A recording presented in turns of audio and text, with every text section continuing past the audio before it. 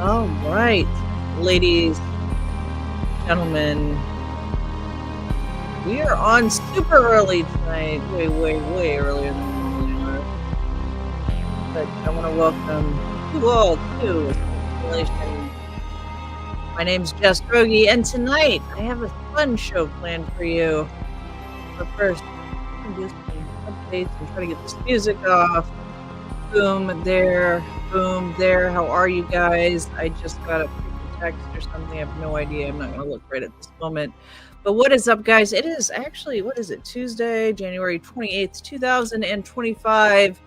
And yes, I say I'm on a break. I'm not doing the show. But sometimes, right? Sometimes these topics come up and, I feel compelled to do a show. And so I'm pretty excited about tonight's episode. But guys, before we get into it, I do want to remind you that next week, that's right, next Saturday, February 8th, I believe I will be, February 8th, I think is next Saturday. I'm going to double check my calendar. It is, next weekend. So I will be live at Conscious Life Expo doing my podcast in the podcast room. And I'm going to be interviewing Stephen Bassett. We had Stephen Bassett on the show back in the spring, right before Contact in the Desert. So he'll be joining me live there on stage. It is going to be an absolute ball. Well, guys, I thank you so much for coming and hanging out tonight. I have an episode for you. We've kind of, I would say, kind of touched on these topics before, but tonight we're going to get a little deeper. So I'll tell you the story, right? So about, I don't know, maybe a week or so ago, right? I came across this video on my feed, and I kind of I mentioned it a little bit on the show where I talked about, I came across this video of this woman who, claimed to work in for the military, the Navy specifically. And she said that she was, a psychic for the military. And she went on to explain, that she was recruited and that, what she did was she would touch machinery and tell them where the machinery would need, where they should look to repair the machinery. And so as soon as I saw that, I thought of my sister, right? And you're like, well, why? Well, because, there is this thought and this theory that's kind of going around lately, right? That is talking about the gifted and talented education program. It was known by, I don't know, many different names throughout, the United States. But here it was known as GATE, right? And so I sent it to my sister, right? And if you guys don't know, that's kind of how this whole thing started. Is me and my sister would kind of get into different things, different rabbit holes, and send things back and forth and talk about them, right? And that was kind of our inspiration to really, start doing the podcast so many years ago, right? So I sent her this, right? And then I saw the interview with Ross Colhart and Jake Barber. And Jake Barber mentioned talking about basically teams of psionics, which are people who are psychics that work for the military that were going to interface with these UFOs, right? So I was like, that's two. Sent it over to her too. And then there was an article that I came across that was talking about, GATE and a possible connection to like a CIA program. So tonight I'm gonna bring my sister on. Kelly was my first co-host, my favorite co-host. We explored so many things. She also hosted her own YouTube podcast called Explaining Esoterica for many years as well. She has been retired. And oh my gosh, the chat is now just catching up. I see that. So I'm going to welcome Kelly to the show. We are going to talk a little bit about her experience and all this stuff and everything that's tied to it. Yeah, here we go. All right. Welcome, my sister. Kelly, how are you? You're muted. Sorry. Can't hear you. There you are. Can you hear me now? Okay. I also just realized that I had it set on top chat. I forgot that you have to change that to everything. Oh, is that I only see certain things. Anyway, hello. So, hello, welcome. It's funny because, like, I see you all the time, but we actually haven't done a show together in a very long time. Okay, right? It's been like what, like more than 5 years. I think it's been like 6 years, probably. 6 years, I think. Yeah, I think it was 2019. It was 2019 because even the name of this, you've never been on Escape the Simulation, no. I have not. No. So I'm excited. Welcome. This is my chat room. Hello, they're all very nice. Nice to meet you. But yeah, no, a lot of them because some people, wondered. They said, I don't see any of those old episodes with, with your sister. They're curious. They want to know. And I said, well, they're gone. You can't find them. So this is the episode to actually watch if you want to see that. Right. To see the two of us talking, or to see that I exist. And you do exist. That I didn't make her up. It's true. And because my YouTube channel technically is there, but there's no content on it. I took it all down. Oh, it's still there? I didn't know you're still there. Well, it's there, so I don't know why. I just hid everything. But okay, so you have a profile. I have a profile, but so if I type in the live chat right now, it'll come up as explaining esoterica. See? Ooh, isn't that funny? And everything. I know, isn't that nuts? Does and it feel I'm weird? Still a moderator. Oh, you are still a moderator. Oh my god, see? See, Kelly, people are like, oh, Jess kind of exists in a vacuum. Like there's no actual humans that she knows. Right. No. You know humans. I'm one of them. No, isn't that funny? So tonight, right? I know we're kind of like we have to move along because we have a limited time tonight. Yeah. Mm-hmm. But I don't know. I guess when I first heard, because when I first heard you were going to GATE, I figured that, well, what is, we just thought it was for, kids that tested high IQs. Yes. And that's not the case. That's not the case, right? So when I started sending you this, like all this stuff, these like reels, these, links, these documents, it kind of sent you back down this rabbit hole. It did. I honestly, I like from time to time, you think about when you're a kid, but you don't like think too deeply about it because, it's because we're talking literally 30 years ago. Like I was thinking about this. I started the program in the mid 90s. So this was 30 years ago that this happened. So I don't think about what happened 30 years ago very often until you. I think most people don't, right? Yeah, exactly. I mean, from time to time, I'm like, oh, I went to school or, oh, whatever happened to that person sort of thing. But it wasn't until you sent me the video and like the articles and I started kind of like reading them and I started thinking and I realized that maybe what I experienced wasn't considered normal. I mean, it was for people in GATE, but it's just kind of that assumption, I think, when you're a kid, and that might be why it worked, is that when you're a kid, you're under the assumption that whatever grown-ups tell you is true. Yeah. And whatever is happening is supposed to be happening. Like, you don't question a whole lot, especially at school. Like, because you're thinking, oh, this is where I'm going to learn. And they also inserted, fun activities. So it makes you less likely to question, I guess. Yeah, you're like, oh, we're playing games, we're having fun. We're not just sitting like in a normal classroom and listening to the teacher lecture. It's more interactive. So you're like, hey, this is great. Exactly. I mean, not to say I didn't question things, because I will specify that while I was in GATE and while I did well in GATE, yes, I was not popular in GATE. I was not popular with the kids and I was not popular with the teachers. Oh, because I didn't conform fully in the way that they wanted me to. Oh. Yeah. Teachers were mean. No, because I think what they want is they want, they wanted the kids that would, also, listen. Yes. And, and we're, non-combative. Yes. And I was not necessarily combative, but I was not combative as a kid. But the issue was that honestly, I'm going to tell you and you're probably going to laugh, but here you go. I think I believe pretty sure, and this is all tied into everything anyway. Pretty sure I had ADHD anyway. So I had a hard time. Where did that come from? I know, right? So I had a hard time focusing. Yeah. Compared to other people. So really I wanted to talk and like interact with people. And then that's what would get me in trouble. And I would do like the bare minimum. Like I didn't try as hard as everybody else because I know I didn't have to.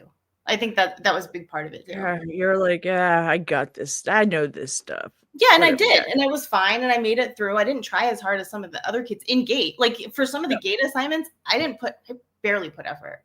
Any effort at all. It drove my teachers insane because they knew if I did put effort, that you'd do well. I'd do well, but I didn't care enough, and that might have been why they rejected me. why I didn't end up like in the CIA or anything. Why you didn't excel there. Yeah. Because they were looking for, because we talked a little bit about this too. They were looking, I mean, for the kids that were chosen to go into this program, they were looking for certain things, right? And they spotted that, or they were able to find everybody rather young, right? Because how were you, like 9, or was it before? Okay, that? I was identified when I was 7. I want to point out. Okay. It was through thinking back to standardized testing in elementary school. Yeah. I think it was the first year we actually did the standardized testing. I was in 2nd grade. Oh, we did the STAR exam. Yeah. And I remember taking the test, not thinking anything of it, just being like, oh, these are easy. It was like doing tenses and things like that. Took the test, didn't think anything of it. And in fact, I actually gave somebody the answer to one of the questions, and it was horrible. And like, it was like this big scandal. Wow. But I know, I thought I was going to get kicked out of elementary school. Trust me, as like a 7-year-old, I was like, oh no.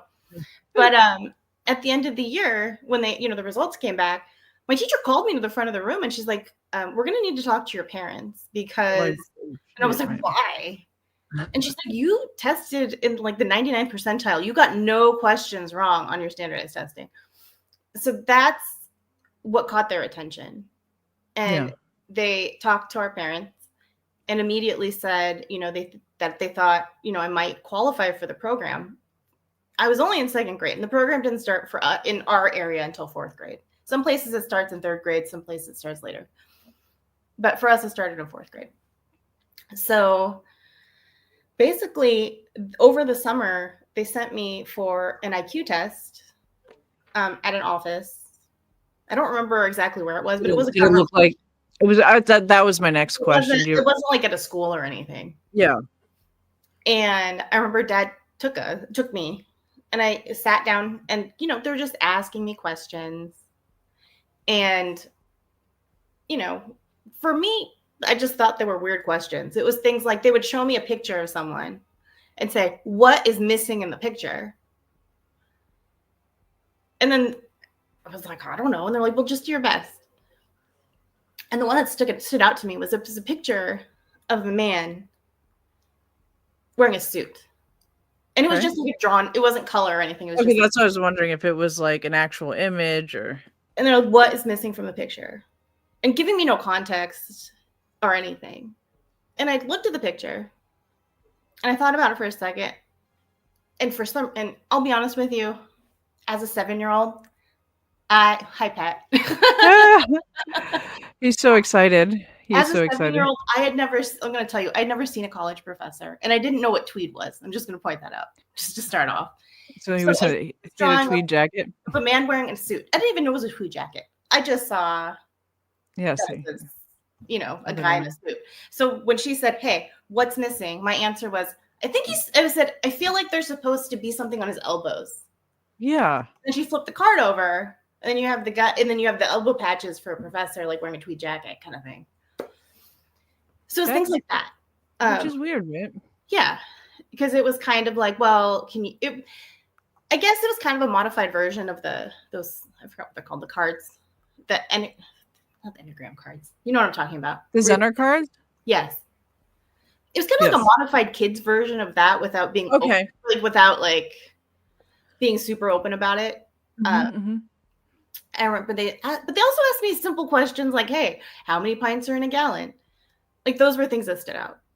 At the end of the test, they knew immediately what the result was. Came out. Okay. Oh, they were like, okay, we're going to tell you right now. Yeah. So we go out, we talk to Dad, and they said, for someone to be considered gifted, they have to have an IQ of 130. Mm-hmm. She is 10 points over that. Yay. And then Dad's response was, "Oh, thank goodness you barely made it." Which the lady had like the weirdest look on her face. And, I'm like 7. I was like, why does she look so weird? Looking back, I realized why. What? Because Dad's like, you barely made it. But even getting to 130 is like such a big deal. Okay, I have no idea. I never took one. So it's a really big deal in this situation to be considered. So Gifted. not only did I hit the gifted line, but I'm You're 2 points higher. You're 10, yeah, because a point is probably worth more than just like, oh, it's one question or something. Yeah, exactly. It's one of those things. And the truth is, I don't actually know what that was what they said then. I don't know what my IQ is now, but we all know I'm in Mensa, so we know that I qualify for that. Yeah, I did the test for that, so that we got that. So. I wonder how many people in GATE actually are in Mensa now. It's a good question. I mean, I'm sure all of them could get in. Yeah. If they wanted to. But I don't know how many actually go through that effort. I think for me, I joined because I wasn't sure. I wasn't confident, especially after after high school and everything, and not really being happy in honors courses, as we said, and I'm sure we'll get to it again at some point in this conversation. But I tried to leave and was told I couldn't leave. And I felt. And when she says she wanted to leave, you're talking about in high school when you're in honors. Yeah. Okay, so to go back, GATE, yeah, it was like kids were mean, teachers were mean, but I dealt with it, whatever. Got to middle school, and since we weren't locked into those courses, locked in together with the same people all the time, and we were exposed to more people, basically I had to find new friends. Yeah. My GATE friends weren't really my friends. It was like a convenience sort of thing for them rather than real friendship. Other than I do have one person I'm still friends with. I do want to kind of go back a little bit and kind of talk about some characteristics that that were common with you and other students that were chosen. Yeah, so there were a few things. The one that stood out the most that came up a lot was that everyone. There were a few things, but one of them was everyone has a photographic memory. Yes. That was one of the first things that they told us when we started in 4th grade. They were like, all of you have a photographic memory. If you didn't have a photographic memory, you wouldn't be here. There is a lot of pattern recognition. Mm-hmm. And also, one of the bigger things is, the ability to kind of think I don't want to say outside the box, but really take abstract, a little more abstract, more abstract thinking and approaches to things. Yeah. I believe that. So those are kind of the big things that stand out. Yeah.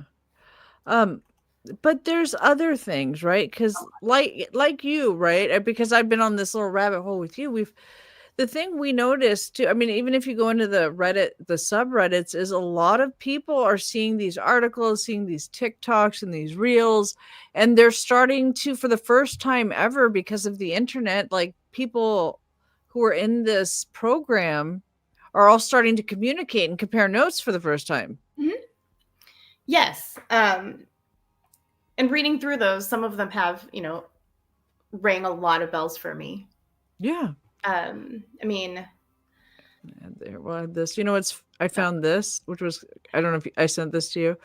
You did. So I want to talk a little bit about, because we've been kind of, I don't know, in this world for since you were a kid, but I was thinking about, the Monroe Tapes and the binaural beats, whatever, I can't say it correctly, or beats or whatever sounds, I don't know what they call them, but we were talking about that, and I saw it in one of the videos, and I was like, hey, Kelly, have you done the Monroe Tapes? And then I found this, the Gateway, and so tell me a little bit about your familiarity with the Monroe Tapes. So as an adult, I found out about the Monroe Tapes through a few different things. It's come up. I went to conferences and would talk to people, and they're like, "Oh, have you heard the Monroe Tapes?" And I kind of, and I heard about, binaural beats and all of those sorts of things, and kind of, those different approaches to doing things.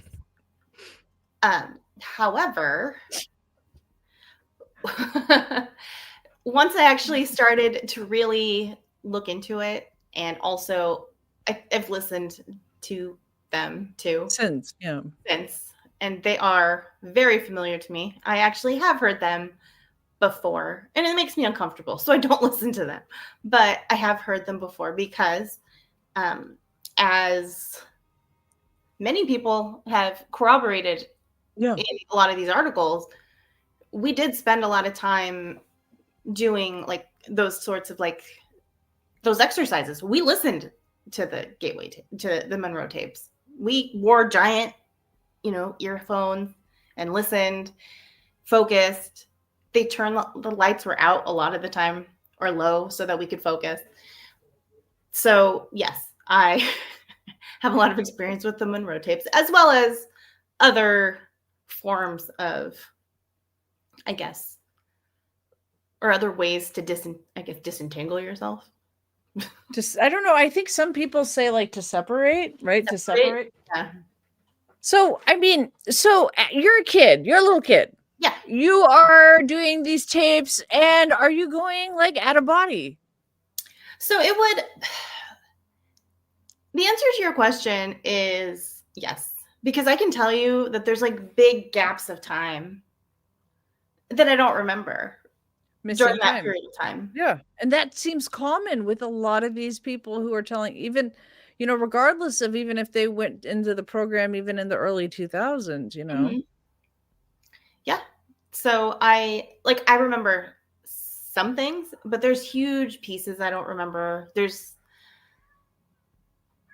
like, I don't know. It's weird. It's like weird to think about the more I think about it. But It yeah, is weird. as It's I a weird experience, I think. it was. And, you know, when I read the CIA document talking about the Gateway program Yeah. and kind of The Stargate. Did we talk about Stargate too, right? I think so. Stargate.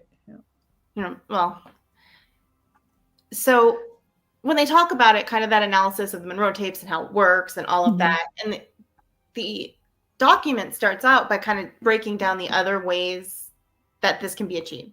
Yes. Which included transcendental meditation, which we did in school. It also included biofeedback, which we did. And then what was the other one? I know I'm trying to remember off the top of my head. I wouldn't know. I've written it down. We did all of them is the thing. So I have it right here. It's not like it's far away. Yeah, it's right here. So yeah, I mean, that last piece was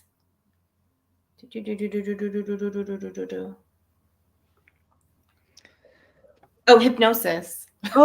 So are you, I guess, because I mean, gosh, it's like to get into meditation at like such a young age, right? And at school, right? Because at school, there's no like religious connotations or anything. This is purely for like mental development and practice, and to kind of, I think, because when you're younger, right, they say like your connection to any sort of abilities or anything is much more open and clear because you are still young. People haven't told you, no, that's not real, and kids always seem more connected, right, than adults, right, to the other abilities. So I mean, to me, it makes sense. That's why they would want to see what would happen with 7, 8, 9-year-olds. So I started when I was 9, 8 or 9. I wanted to bring up, just because I always thought it was weird, but you told me you guys did like some weird, like interesting kind of like projects. Like you'd have to like, be given scenarios and then have to try to like come up with, I guess, logical solutions. And this is like small children doing this. Mm-hmm. Yeah, I mean, that was probably one of the most common things. I mean, it was giving us problems to solve like that.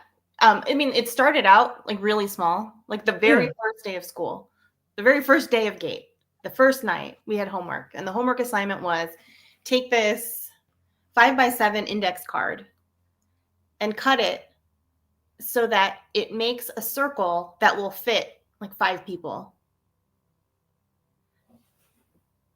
And I remember one being really confused about, why that was a homework assignment. Yeah. And also a huge fear of failure. Like, what if I couldn't do it? Like, were they going to kick me out of gate? Like, if I couldn't figure out that problem? And I did. I came in the next day, and actually, it turns out only like 5 or 6 people had actually Out of everybody, figured it out, and then each person who did had to kind of like show a group of people how they figured it out. So it was things like that, but it was also, like you're saying, other real world scenarios of kind of like, if sometimes there were like ethics types of questions, like who do you help in this type of scenario, things like that. So it's kind of all over the place. I don't know. It's just kind of weird. It's very it's not as structured as, I mean, you would know because you barely went to like normal classes that were structured as a kid. Yeah, because and the thing is that it got disrupted really early, me going to normal classes. Yeah. Because I went to normal classes through second grade. So you're talking about kindergarten, first grade, and second grade. That's 3 years, yeah. Third grade, I was in a regular class, but I was already gate identified. So at that point, they were pulling me out of class 2 to 3 times a week to meet with me and one other person would meet with like a special instructor lady. And we'd spend the afternoon doing like different projects or working on different things and having different activities. And in that, there was also hey, John, there was a individual who started to come probably within the first couple weeks, maybe not that first day, but probably the second time a gentleman came. And we were told, he's going to observe, which, okay, cool. I guess, what, fine. Well, you're like, whatever, like, I'm a kid. I don't really have any say over it. So if he's going to be observing these sessions, I guess he's observing these sessions. But then what got weirder was the next day after that, when I was back in my regular class, the guy shows up again. And we're informed that he's going to observe my normal class as well. Is he dressed like a normal like teacher person? Like, is he like business casual? Like, what is he wearing? Does he have his tweed elbow pads? Tweed elbow pads. I can tell you that much. Okay. He was in his like 30s. I would say, like, looking back, like as a kid, I was like, oh, that guy's old, but he's probably like in his like 30s, maybe early 40s. And wearing like a suit and tie. So more formal than a normal teacher. Okay. That's what I was curious about. I was like, well, how did this man dress? So he was literally with me every day of my second grade year, or my third grade year, sorry, until I left to go to gate. Wow. He didn't do anything. I would like to point out, like, he didn't just sat in the classroom. He just sat there and would just observe. Did he have paper? Did he write anything down? I mean, he had to have paper and write. He had to have, right? Like, he's just sitting there every day, like. And like the other incident that stood out to me, like I told you, was that same year we had a substitute teacher that assaulted a kid in class. Yeah. And he was there. An old man. This dude was there, and he said, well, I'm not going to get involved. That's not why I'm here. I'm not here to like teach or get involved. Or not like be like, hey, don't hit that kid. Yeah. So ended up. I'm sorry, I have to laugh. I know, right? So well, for that, some kids ended up sneaking out and like running to the office and like all that stuff. But it was weird to me that like he, who in my mind as a child is in some sort of position of authority or some sort of connection, would to say something or do something, but he didn't. And he said, oh, I'm not here for that. Which then what was he there for? What was he there for, right? And here's like the conspiracy of it too, is that, you sent me a Reddit subreddit thread where somebody talks about kind of like these adults. I mean, of course they're adults, but they're freaking, they're like basically like observing the gate kids until they freaking leave. Mm-hmm. Until you never had one interaction with him. However, you still like, you're like, that man is here, and clearly he doesn't care about the well-being of children. Yes, right? And it was weird because that other kid that was also like gate identified, Yeah. and that was being pulled out of class with me, he was in my normal class too. So he was being observed. We're both, I guess, being observed, if you want to say that. What was interesting, though, was at the end of the year when it came time, we're getting ready, being like, okay, we're saying bye to everybody. We're leaving because we're leaving the school, because to go to gate, I have to go to a different school. Yeah. And he would too. And there's 2 gate schools in the district. I'm going to one. And he. Yeah. And I asked him, I said, oh, are you going to go to the other one? And then the teacher, like not our regular teacher, but the special teacher. The gate teacher. Yeah. She said he's not going to gate. He decided not to go. Yeah. I always wondered, like, why didn't he go? He still changed schools. That's like the weird thing. That he still left. Yeah. He still picked a different school in the district. Didn't move. Left. Interesting, right? And just didn't have gate. So I always thought that was strange. Yeah. I mean, we can never know on that. But what we can know about is that, I mean, were they right? Did you have psychic ability? Well, I can say this is what I want to know. To get to the core of it. I'm trying to get to the meat of this. This is why people are watching. They want to hear this. The answer to your question is, for me, yes. Interesting. Now, now tell me a little. Sorry. Okay, and I see Pat is asking a question about they all have military parents.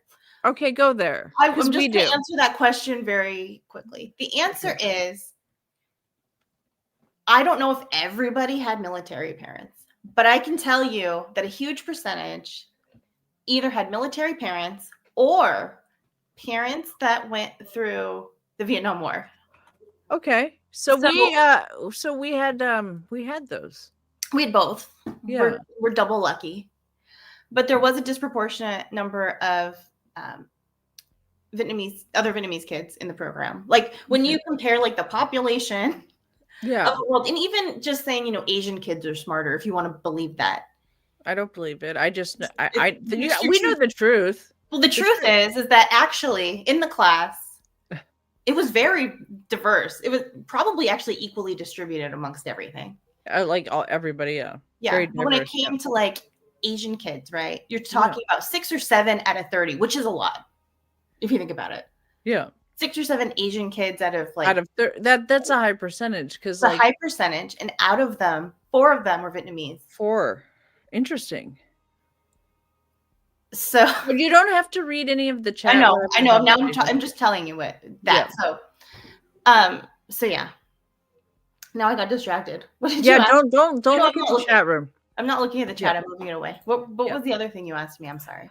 Because it's easy to get distracted, and we literally have like only so much time. I know. I'm not looking, so we're good. Yeah, don't look. Don't worry. If there's a question, I'll bring it up a little towards the end or as we're talking about it.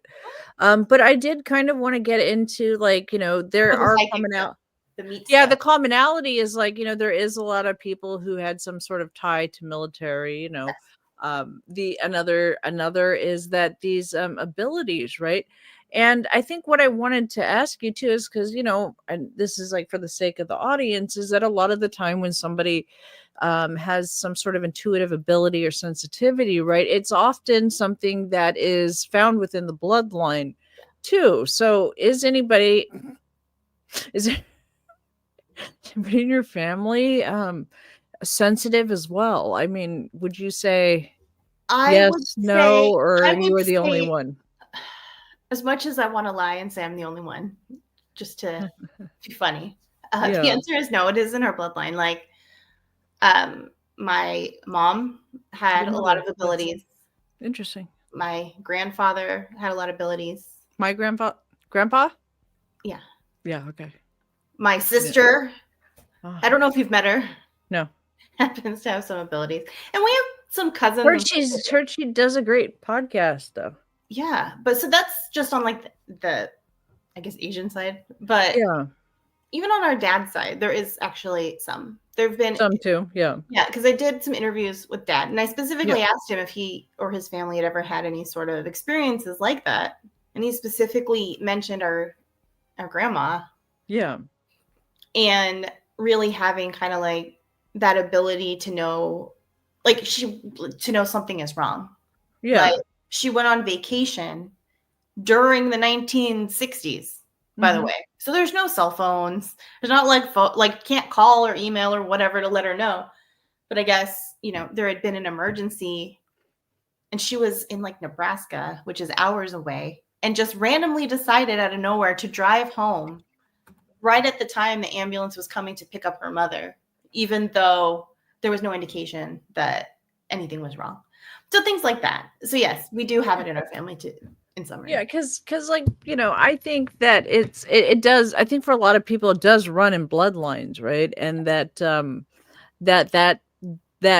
that does make it kind of a thing, because usually I don't, Kevin. I mean, I have, Kevin, but I didn't mean to, Kevin.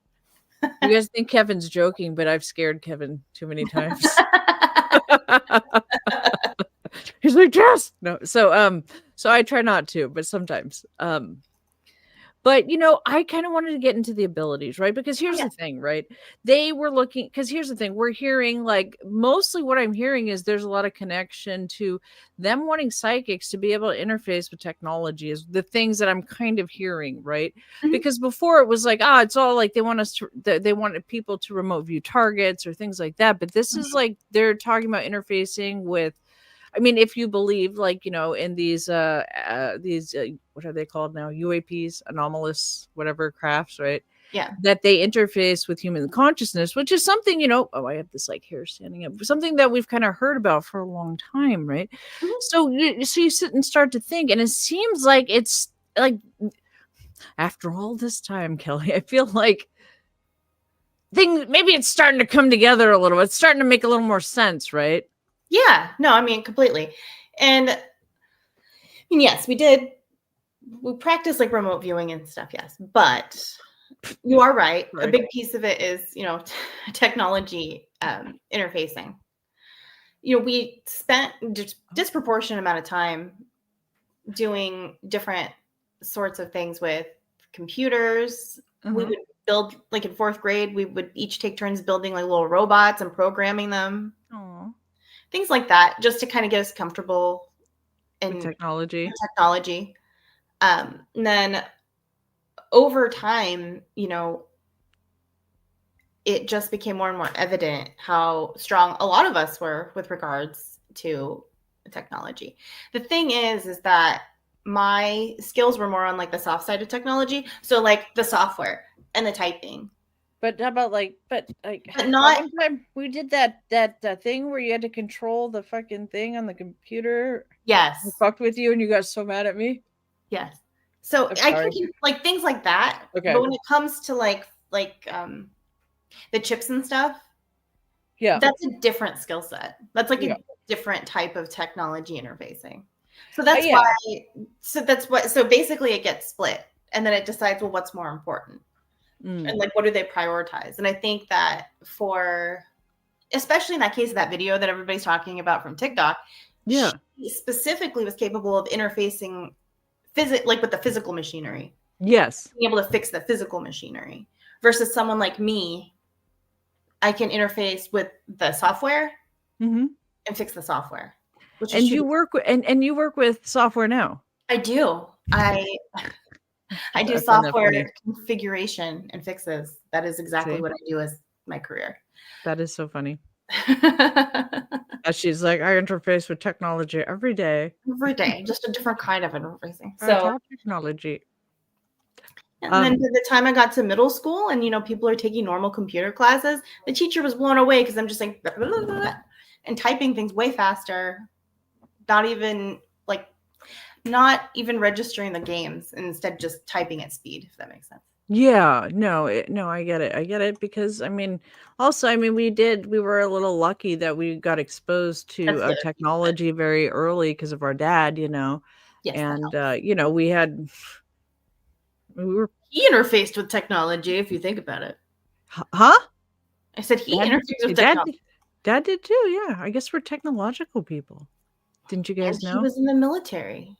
That's true too. And we kind of like talked a little. We tried to like see if Dad would like be like, yeah, they totally tested me, but no, we didn't. No such luck. He won't. He admits nothing. He admits absolutely nothing. But I kind of want to, there's that whole thing, right? And so I do want to ask you, because I know that you've kept in contact with at least, a handful of people. Are any of them, have you guys, like, do you guys know, like, any of them, have ability, intuitive, psychic, have any of these things, like, now that they're aware of? So, of the people that I am still in contact with, the answer is actually yes, which is weird to admit. Mhm. Like I said, I only talked to a handful of people because, I didn't get along with a lot of them in general. But it's weird because some people ended up going like super hard into like the humanities and like performing arts and stuff. Yeah, But like, then, totally, like, other side. yeah, basically there was like this big split and everybody like went in these two directions. So there's like this group of people that became like teachers and actors and things like that. And then there's a group of people that, went in the other direction. But I will tell you that the people that are like actors in the humanities are people that have more of those soft psychic abilities. Like, Yeah. I you know, think it's also like, because when you're telling me that, what I'm thinking is because these people probably have a lot more of an empathy, a lot yeah, of more empathetic, like yes. your friends who've gone into teaching children, right? Because they have that ability and you actually worked with children for a while too, which sounded absolutely horrible. Yes, and that is what I think happened. I think, there was a split and they decided kind of which, Sorry, that like, made me laugh. this group of people has like, it was also kind of a personality type. Like they had like a rougher personality and didn't have as much empathy. And I think those Oh, were kind of the people that they wanted they're, to put more in those kinds of roles. And they're were like those they're people. like, Jess, we want to put you there because you're a little Yeah, a little A little rough. rough. I know, I am. I So am. It's like, because if you say us, right? Us together, right? You are a little like, in that sense, you're a little more empathetic, and in that sense, I'm actually a little more rough. mhm. Yes, it's Funny, true. right? So yeah, I remember like admitting to this, like to these people, to like this handful of people, saying, this is gonna sound crazy.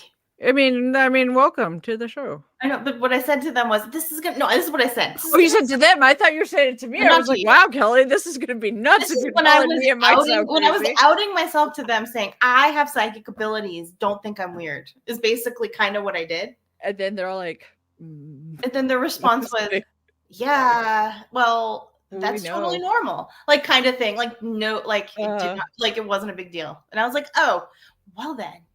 That's funny. And that That's was my funny. real, It's like you built up. You're like, yeah, I'm gonna fucking tell him. and they're gonna think This I'm is this crazy. is it. Yeah. This is it, guys. Kelly takes a deep breath. I think I'm psychic, and they're like, yeah. No, I found. Here's what I found. Right. This is what I found. Like growing up, with friends. Right. Yeah. Um, they would just kind of know, and I guess because, and I'm still I think so. guilty of this today, right? It's the way we speak sometimes and things we say, and it seems normal to us. And then, like, even like, you go work at a new office, right? And sometimes you start saying things just because that's how you talk, and Yes. then people pick it up, and then all of a sudden you're like, you're seeing if there's like ghosts in the back of the office for like the owner, right? Oh no, trust me. You'll be sitting there and then all of a sudden they'll hold up like a crystal out of nowhere and be like, I have this crystal from across the desk. And you're like, where did this come from? But apparently you recognized me because that has happened to me. Yeah. Isn't that funny? They're like, this must be yours. They're like, they say I prayed for someone like you. Oh, That's see, what they isn't said. that funny? And then I left them. I know you did. You But totally did. it's okay. But I want to kind of get into some abilities and then talk a little bit about some of these abilities. And then I will get to some of these wonderful questions that this man in the chat, Patrick, has Patrick. dropped for us. Yes, Patrick Breeze. But the thing is, right? it's interesting, right? When you kind of look at the whole thing, right, from like a pulled back view, is the fact that, yeah, they did the government, we kind of guess maybe CIA, but we don't actually know, right? Um, that there was a program, right? And looking for these types of people Mhm. to see what would happen. And reading all the stuff on Reddit, right? And there's different programs, and even in the chat room, people have, mentioned that they have different, different names in different areas.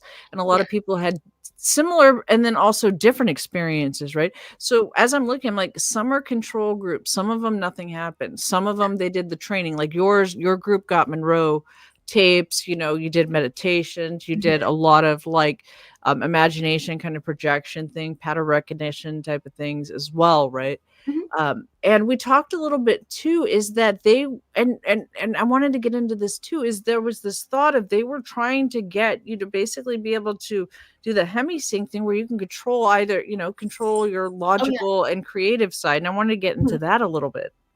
Yes. So this specifically happened in 5th grade Mm-hmm. with the science teacher, who was actually also my 5th grade teacher. Um, just to specify for anybody who's curious why I say that, the way GATE worked at my school was we started doing like periods before you even got to middle school. Okay, yeah. So like the 5th You grade break teacher did up. science, the 4th grade teacher did math, and you kind of rotated. So now I lost my train.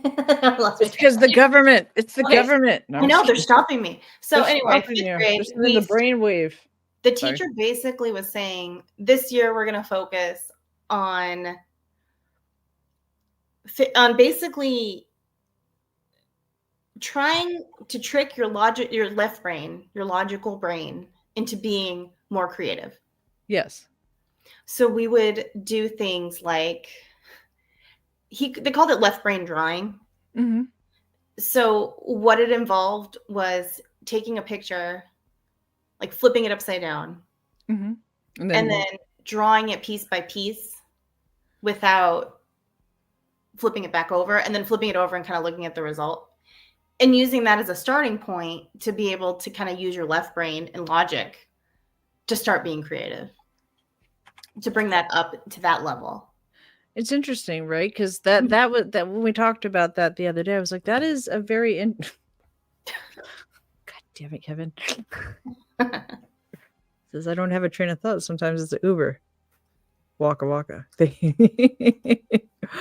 But here's the funny thing, right? It is interesting because, doing that too at a young age, right? So it allows you to develop that way, because learning that skill as like a full grown adult whose brain is developed versus learning it as a young person when your brain is a lot more malleable, right? I think that's interesting. And I wonder, like, I mean, they probably do, right? They probably keep an eye on all you folks, and they I'm kind sure of they do. like they look at you guys on LinkedIn and see what you're doing. I'm sure they probably do. I mean, like thinking back on it, it's always strange. Yeah. Like, I'm sure that they're watching us and seeing kind of what we're doing and how we're using these abilities. I mean, now. Because right, because I don't mean to interrupt you. Should I let you keep going? Because I had a thought. Oh, go ahead, do your thought, and Okay, then I'll. but here's my thought too. It's like, oh shoot, it's because a lot of regular everyday folks, right? If they think about some sort of maybe psychic ability or some sort of, I don't know, whatever these extrasensory ESPs, right? Mhm. And you think that like now I lost my train of thought. Damn it! God damn it! In the meantime, Kevin says, my brother is in GATE and we're Asian as well. That's why I thought you might find that interesting, Kevin, because Kelly, I mean, real quick, since I totally interrupted it, but you actually came across document too that talked about the like Yes. that, and I wanted you to bring that up too, because Okay. I So I found was that going to bring that interesting. up earlier, but I wasn't sure where Yeah. you wanted to fit it in. Well, Kevin has He made the transition for us. yes, exactly. So in my research on this, I, got really curious as to, if the CIA has ever admitted to anything similar. I mean, Yes. nobody's gonna admit that the CIA was experimenting on kids, right? Yeah. But apparently, before that, in the 70s, 60s and 70s, they confirmed without issue that they were actually doing testing on the psychic abilities and skills on Asian children in Asia first. Mm-hmm. And then America, or then the States started doing it. And then the States started doing it after in the 80s, because that's when GATE started, was in the 80s, and then it got defunded in the 2000s. They're like, we'll take all those refugees and we'll put them in the GATE right, we're like, we know that they're capable. And then they found Kevin's brother, and they're like, throw him in there too. A little bit over there.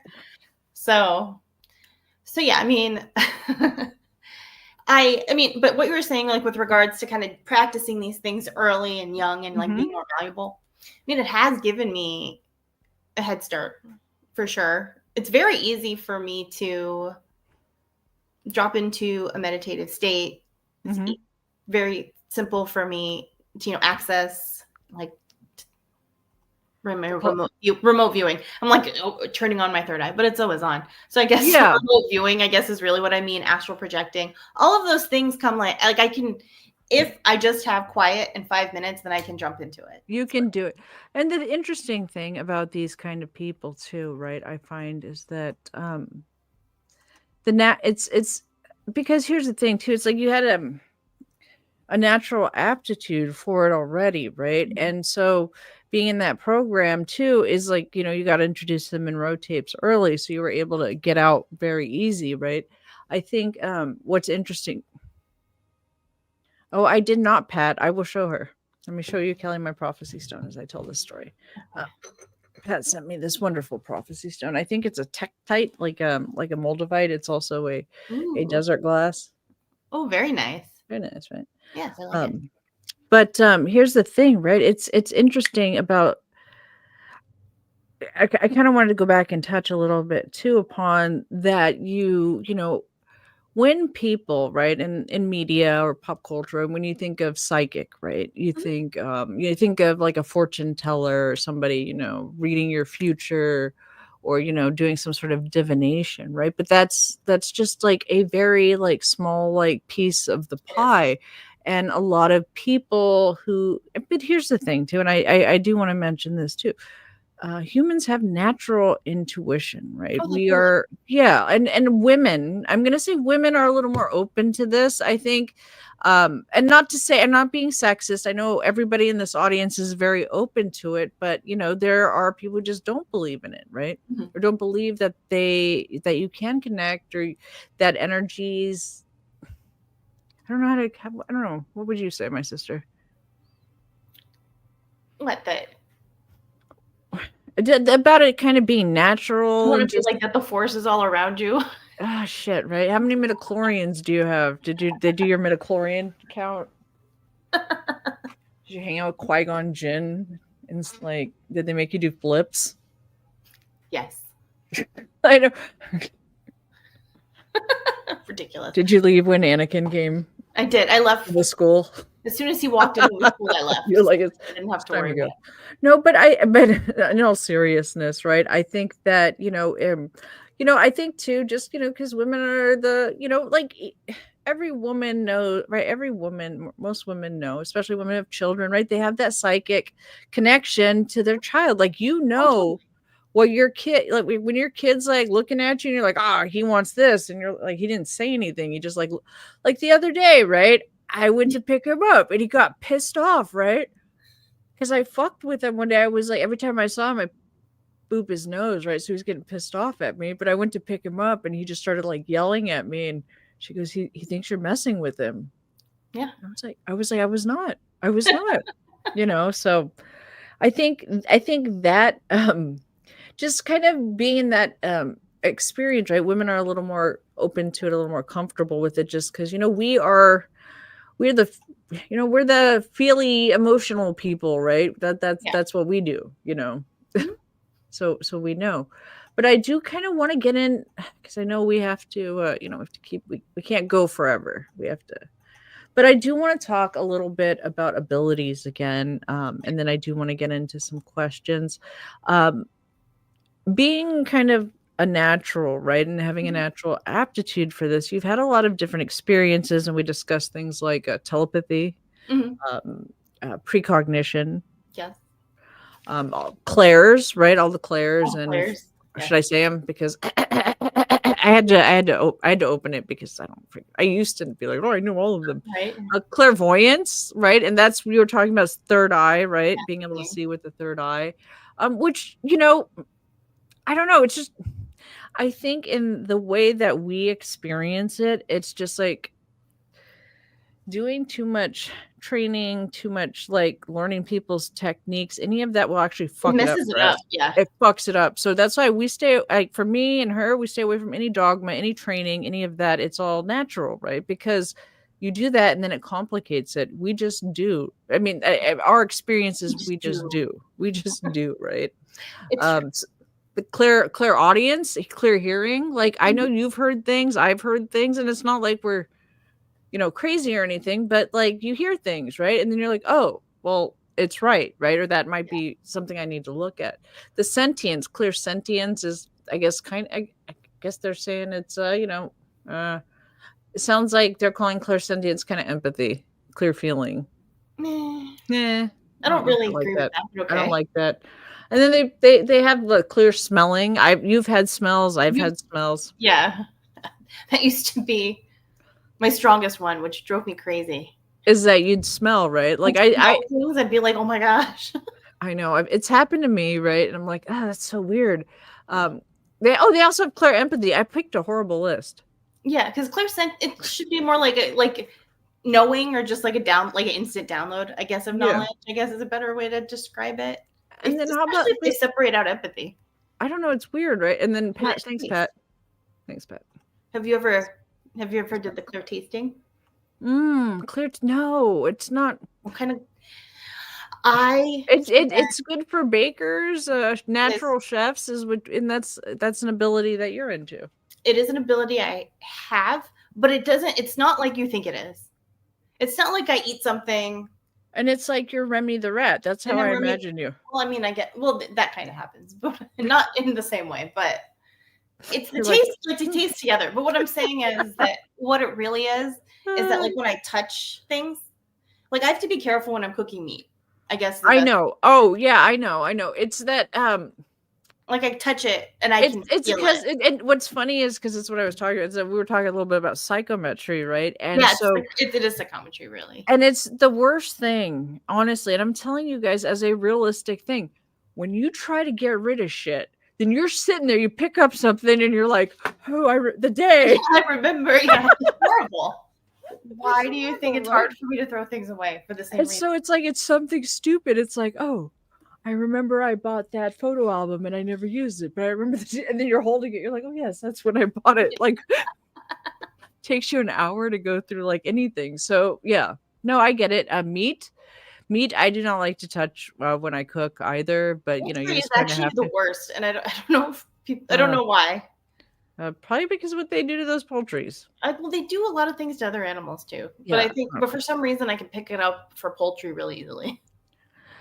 I enjoy it when like you get a good piece of like fruit, right? Oh And yeah, you and then can you can like feel like taste the all the sunshine and that's there people part. are like, what the fuck are these people talking about? But if but you taste that like sunshine and you feel like the field and like all Yeah, that beautiful like things. But if it's like factory farmed and all this yeah, and that, and you're like, it's oh, not good.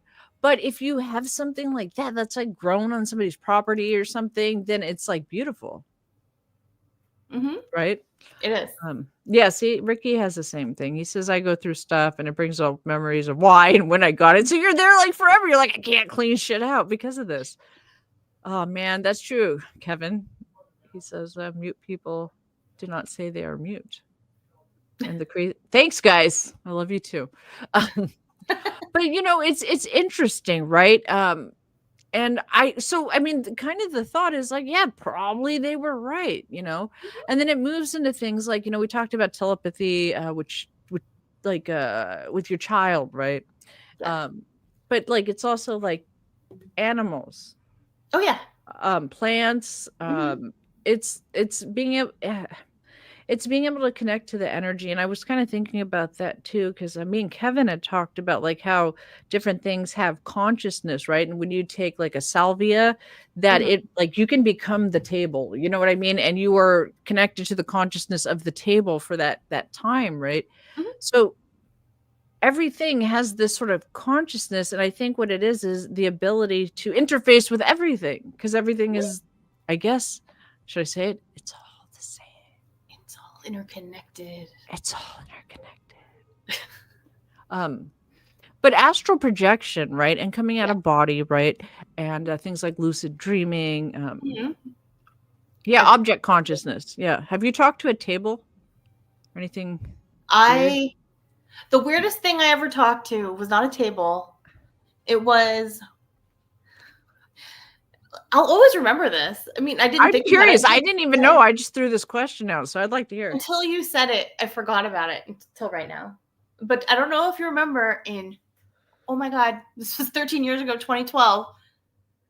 And the Mayan calendar and all that stuff. I remember all that, yeah. It's a Yeah. And big then deal. we were at that time part of a meditation group. I know. Such a And big experience lesson type thing, yeah. yes. And at that time, I was at work that day, but they were having some sort of like Oh, yeah, I remember she made, meditation like, this big, event. like, 2012, like, freaking Yeah. So meditation, I people remember. who weren't working like went, and on my lunch Yes. break, I like meditated on my lunch break. Like, You were so hippie, you're like, "I'm gonna go meditate with the trees on my lunch oh no, break." that's where so that's what's the weird thing. I talked to the trees. Oh. So I'll always remember. I went to this random park I had never been to, and then all of a sudden, I'm eating my lunch. She, like, puts her hand on the tree, she's like, No, "I understand, my don't mock friend," you me. know? Don't mock me. Go on. So I was eating lunch, and then I get up and I look, and there's like this bird. It's like tweet tweet tweet at me, and then it would fly and then land, and then wait. Like, he's like, "Hey, follow me!" Follow me. So I Yeah. started. So I followed it, and I'd stop, and then it would go, and then it would wait for me. So I followed it. Why I don't know until it led me to like a little trail, and I went up the trail, and in the trail was just this clearing, that was surrounded by trees, and they were all Oh, eucalyptus isn't trees. that nuts? And then all of a sudden, it was weird because then I felt like I was the Lorax because I was speaking to the tree. You're like, "I speak to the trees." Oh, man. I touched the tree, and I was interfacing with the tree. I could feel like the way that the root systems were all interconnected. Yes. And that when they put in like the sidewalks and stuff, that they cut through the root systems and And it hurt separate them? families. Like it was Oh like god, and then so they're like, "My family, I've never talked to, like, my mother tree, like, in a we long." can't talk, like we can't touch, like our roots can't touch and communicate anymore. Like it God. was like that. It was weird. Oh god, and That so was you're like probably yeah, you're and like no, you're and like, that "I was it. can't," Like made a like, "I big can't help you." yeah, it made a huge impact on me. Oh Where I was like, god. now I can talk to trees. Well, that's weird, but at the same time, like It is, I mean, it is a little out of the ordinary. yeah. So I don't tell that story all the time, but you No. did make me think about it when you're like, what's the weirdest thing you ever did? Trees. I'm like, "What is," which makes me think, and I have to think, "What is I'm like, do I have a weird, I don't know. I'm gonna think about that for a second.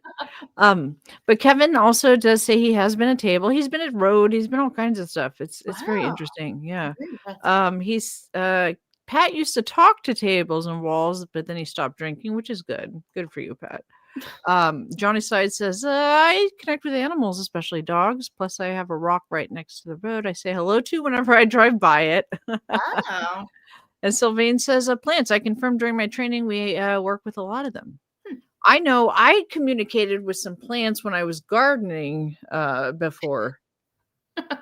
And I did. I communicated with them and they actually said, like, I should have saved it, but I did come across another, fucking reels and shorts and TikToks, right?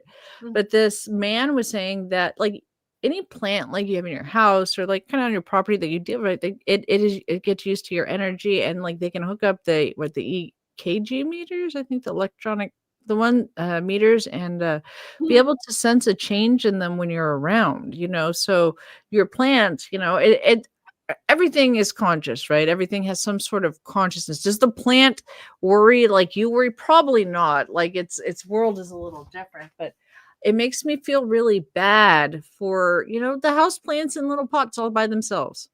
Yeah. Because, you realize that they do you don't see what's going on underground, but they're All connected. all connected and crossing. Yeah. Sympathetic magnetic resonance. I guess I'm sure that sounds right. Pat, Pat's like, and then I chop them down. But there's other things too. It's it's a lawnmower. Yeah. Yeah. All the clairs. We talked about all the clairs, which is good, right? Talked a little bit about divination, but I don't think that wasn't really the point. I think that has been very much talked about. I'm trying to think. Energy. How about energy? In what way? I don't know. Like, are you able to? Because Pat also kind of alluded. He wondered if you were like taught to read auras or anything in school, but I don't think you were. I think that was normal. Yeah. No, we weren't specifically taught to do some of those things. No. Yeah. Those are just things that came naturally. To like see auras like around people, to like, I think that around that time though was the first time I really started to kind of like play with like moving like physical energy, but not knowing that's what we were doing. Like looking back now, I'm like, oh, people are like, I'm going to take my energy, I'm going to put it in a ball, I'm going to throw it. And you catch it. Yeah. Yeah, but you don't, as a kid, like we did stuff like that, but you don't think about it. Right? You're like, oh, it's just a game. So. Pat says, did they teach you remote viewing? And I think what Kelly did allude to earlier is they didn't have to teach her. She already had. She had the a natural ability to do it already. Yes. But yeah, I'm like, but they did have us do different exercises to like practice and strengthen the skill. Yeah, see, I think that's the thing too. They wanted people who were naturally inclined to have this ability or had a natural affinity towards it. No, I don't know, Pat. He said, did they give you targets? I think I'll let you answer. I don't specifically remember being given targets, so I can tell you that much. No, because I think what they were doing more was trying to look for that aptitude versus teaching them how to do these things is what I believe it sounds like to me. Yeah, and I'll be some of the things that I read about what people experience, there were some people that actually went through like a physical exam. What did they make them do? Like pull-ups, like run? No, like going and seeing a doctor, and then they had to drink something. Oh, weird. And then they had like a loss of time, and they don't know exactly what happened. I did not have to do that. That is interesting. That's why I'm saying it's like different areas where different control groups, right? We made fun of you the weekend and said, like, was it like Stranger Things? Well, the other thing I wanted to point out also was I didn't look at what year that came out, but it was before I started GATE. I can tell you that much. What came out?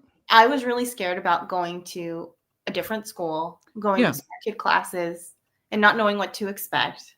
Right. And then there was that episode of I know this we're talking about. Oh, that's true.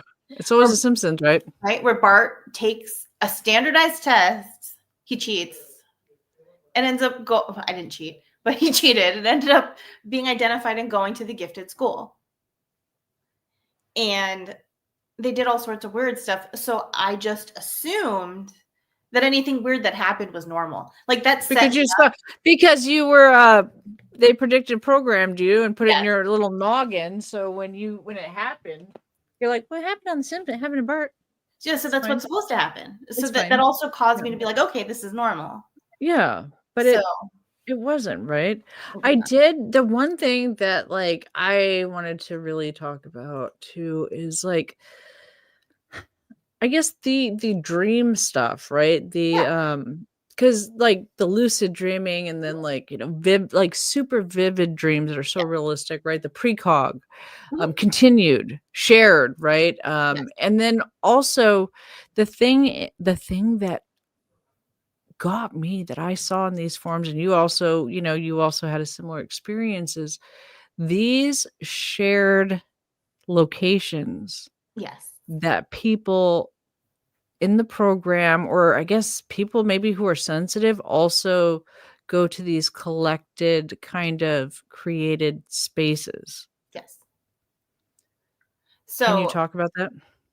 so one of the biggest ones that I don't even think I told you about was that there is a collective space that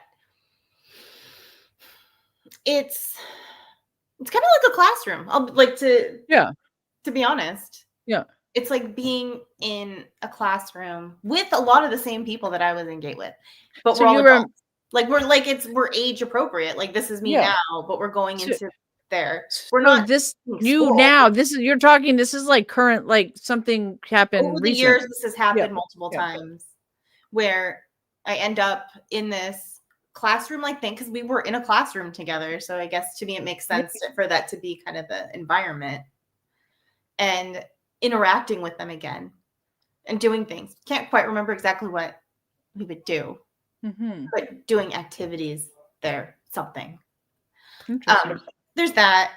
And then there's other ones like Mall World, Mall World. Hotel World. Hotel World. I go to Hotel World. So, I mean, that's like one of my dream spots. I'm like, weird freaking Inception Hotel World. Let's go, Yeah, Like, where's this escalator go? Who knows, it's true. I haven't been to the mall in a while. I have not. And people Hotel. are like, is the mall gonna disappear I as think it real is malls?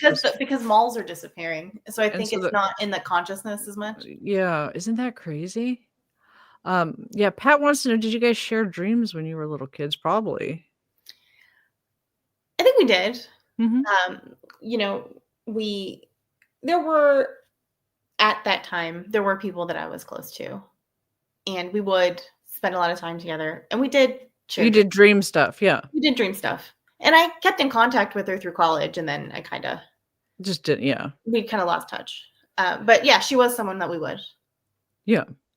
It's interesting, right? Because like, I don't know, I feel like a lot of these things that kind of felt normal, right? It's like, that's normal. That's just how, things are. And just kind of reading about, well, we talked about telepathy earlier, Sylvain. No, my brother is not gifted. We asked him over the weekend and he said no. But he was asked to join Gate. Yeah, but he said and he said he is not gifted.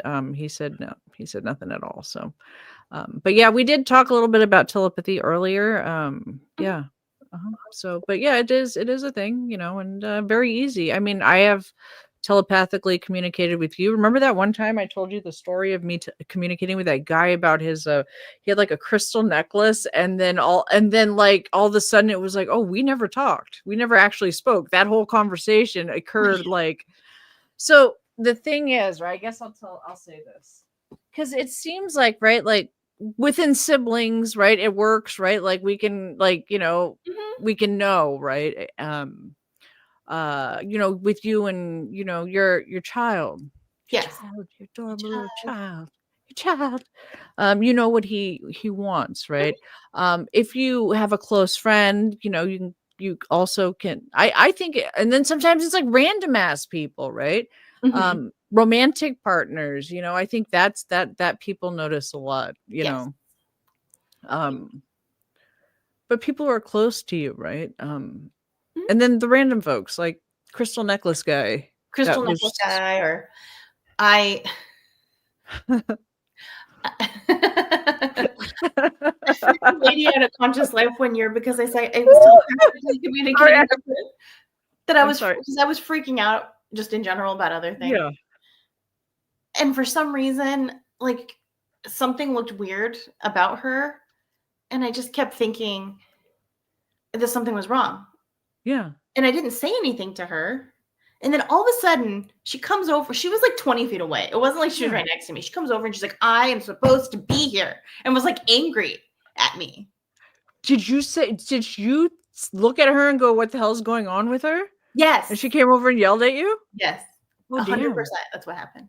See, if you go to conscious, here's the tip. If you guys go to these expos, I always bring some sort of black stone. I also wear a hat to control myself so I don't send things out or receive things that I don't want. I always wear a hat. You guys always see me in a hat. It's smart. It's because it's like this visual thing of, of capping it, right? But yeah, no, that is the funniest telepathic experience I've ever heard. She's like, I'm supposed to be here, She was lady. so mad at me because she was a speaker. That's what made it worse. I will not say who it was. Interesting. I do find that funny. Okay, you can tell me later, though. I'll tell you later. Yeah, but but that's funny because I did mention it. I haven't watched or listened to it, but I guess there's been this like podcast. It's like a podcast, like a limited podcast that came out talking about like telepathy and like autistic children, and I haven't listened to it. But what fascinates me more is the fact that a lot of people are like, "Oh, we were telepathy and freedom," because you talked a little bit about is that great grandma on dad's side or grandma on dad's side? Grandma on dad's side. Yeah. But here's the thing, right? And I've told people this is a natural human ability, right? Because you have to think back in the tribal days, right? Mhm. You're out hunting, the hunting group's out, and and they have they communicate back home, with the other group, and they're sending these like you're sending these thoughts and they're connecting with the other person. That's telepathy, right? There is a tribe that just of course there's always a tribe, right? But there's a tribe where it's just they're like, that's just like how we communicate, right? And I think too, having to do with Asians, right? I think it's partially like cultural, because in it's more accepted. It's part of the culture. It's part of the culture. It's normal, right? So it hasn't been stifled. It hasn't been like, yo, it's like, oh, you see, you think you talked to grandma? Well, you probably did. Like you touched that thing and you felt like it had some bad energy. Like feng shui is something that is normal. And it's about energy and kind of like the flow of things. So energy and flow and good and bad and yin and yang and all that crap, it's like instilled to us from a young age, right? They want to know it. No, she can't give you a hint. I'm not giving any hints on that one. But yeah, let me. I know. Kelly's like, I've been back on the air one day. But yeah, no, I think Pat had a question about going to astral realms. I think he wanted to ask if like you had that in school, but my question more is, have you been able to like astrally project? Recently or just in general? In general, more of a in general. Yes. I have. Mm-hmm. I have been able to. Sorry, I looked in the live chat again. I can't look. Sorry. I know, it's okay. It's my fault. Yeah, no, I have astrally projected. Yes.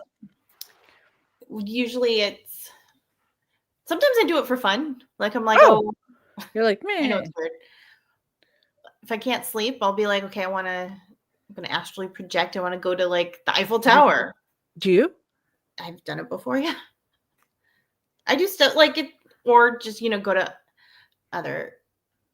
Have I gone to other, possibly like seen other things or other dimensions or whatever? Who knows? Who knows? It's hard to say. It's hard to say what anything is, really. I mean, at the end of the day, like a lot of this is like, we don't know. Who knows actually, right? Like maybe we're nuts. And you guys just sat and listened to it for almost an hour and a half. But I do want to say this because, on the show recently, I've been doing a lot of we've been talking a lot about energies and connections and synchronicities. I mean, even now, like though you're not really like, I don't know, training or practice. Like, do you ever like notice a bunch of synchronicities and things and end up like kind of following them? And yeah, I mean, I think even though I don't actively, do a lot of these things anymore, like I'm not a professional practitioner. No, right? It's In just any it's way. just part of you, right? That I It's think part that of me and just like in my day-to-day life sort of thing. yeah. I mean, it's sorry. You have to repeat the question because I lost track of what I was saying. I am just so You're tired. You're I'm tired. I'm tired, and the other thing is that I don't hear it right now, but for the past couple nights, there's been like this really bad, like at night, it's not a ringing. Is that the like how is it? Can I you do guess it? the best way it's like a trilling, Ooh, like a weird. really high pitched, but it like has It, like it's not like a flat tone, like it moves. interesting. I So wonder what it is. well, we've talked in the past that I've gotten like weird telepathic messages that You include guys ready? You guys ready for the weird? Here we go. She saved it for the end. Go, Kelly. for the end. I wasn't sure if I was gonna say it because it sounds so crazy, right? I mean, like none of the other stuff you None of the said other tonight stuff is- sounded nuts. I feel like this takes it to like some other level because I feel It like this might. is I some sort of mean, confirmation or something. I don't But know. yeah, I would Let's say see. like it was like 10 years ago, probably. I was sitting in my room, meditating, and I started getting like this message just in general about, like the world and all this stuff. And I was like, what is this? Who's talking to me? This is crazy. Like, is this a ghost? Like, I'm sitting there, like, going through all this thing. And then I kid you not, Huh. it goes, Kelly Farmer, which at the time What's your name? Yeah. was my name. My name's still Kelly. My last name is not Farmer anymore. Yep. But it was like Kelly Farmer. And then immediately after says my social security number.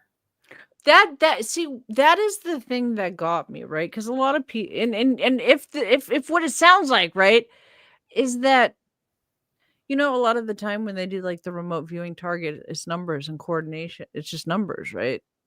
So that number is like our social security number is our number. Like they like in theory, right? If they have viewers or whatever fucking technological remote viewing fucking shit that they probably have, that probably they're like, get Kelly Farmer, type that in. Yeah, we and it can goes, go. and then And my it's like, social security number, and it was like, and it's yes, like, we are talking and to it's like, you, I was like, basically. hello. And so, and I mean, what was the message?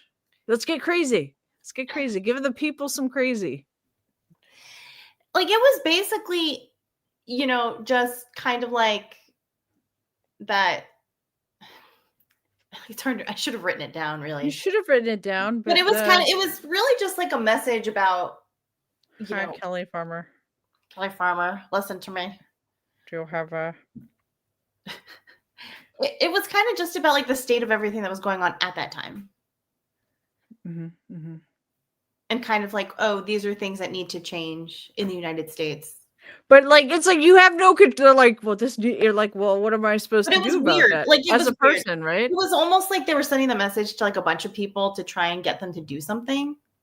Did you do anything with this message that you were sent? No. I was more freaked out than anything. Okay. I mean, do you remember anything that was sent to you? Because it sounds like it was kind of like a download, but it was like specific. But it was specific to me. Yeah. And I wish I remembered more other than being freaked out about the fact that they were like, Kelly Farmer said my social security number and gave me the message. And I was like, what was that?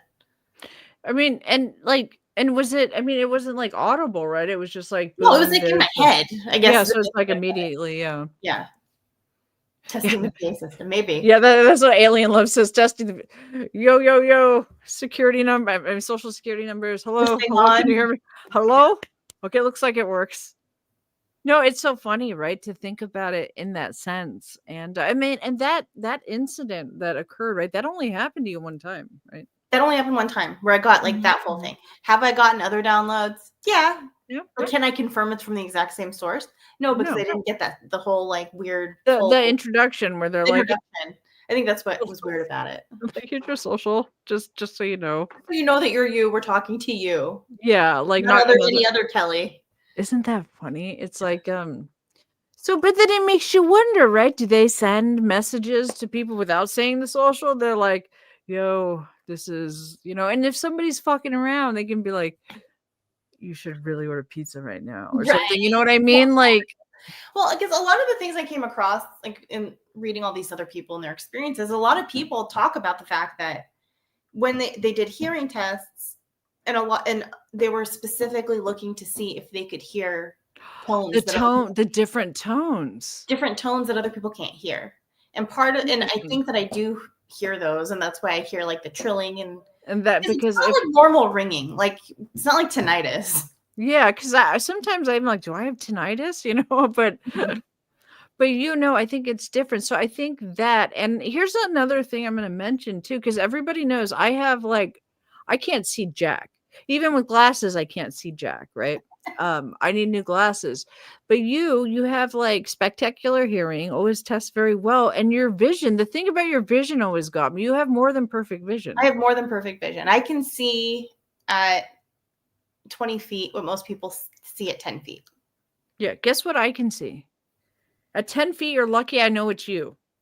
You know what I mean? That's how bad it is. So yeah, I do have extremely good sight and hearing and smell, I guess. I guess all my senses are a little stronger. A little heightened, I suppose. Yeah.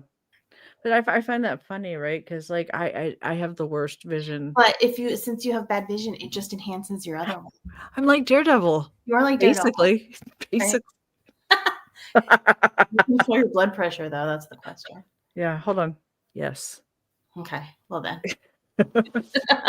Okay, so I guess Kelly, then if you're an X fan, right, or a superhero with all your special abilities, who are you? Oh man. I thought about that. I thought about specifically, I'm not Jean Grey. I want to start. I was gonna say, why can't you be? You don't want to be Jean Grey? I'm not Jean Grey. Okay. Are you Wolverine? Well, not Wolverine, that's for sure. I don't know. Like, I'm clearly Daredevil, right? So you are clearly Wait, are we sticking with X-Men, or are we just talking about like? No, you can. No, you're open. Go ahead. You don't have to be X-Men because Daredevil's not X-Men. Oh, I don't know. I mean, I guess I kind of did always identify with Jubilee, but I think there's reasons I identified with Jubilee. Yeah. Nothing to do with anything else. I'm just curious if you throw sparks. Okay, so I was going to say Jean Grey for Kelly or Professor X, or well, we could do Madeline Pryor. Okay, that works. I'll take it. I'm not quite Jean Grey. I'll take it. I guess but yeah, no, I just thought that was a silly kind of fun question to add on there. But yeah, I think yeah, I find this whole thing very, very, very interesting. It is. It's, hard to know exactly what was going on. No, but I mean, the things you do know is that you have some sort of intuitive like gifts, right? You did test high for IQ. Correct. All of those are true statements.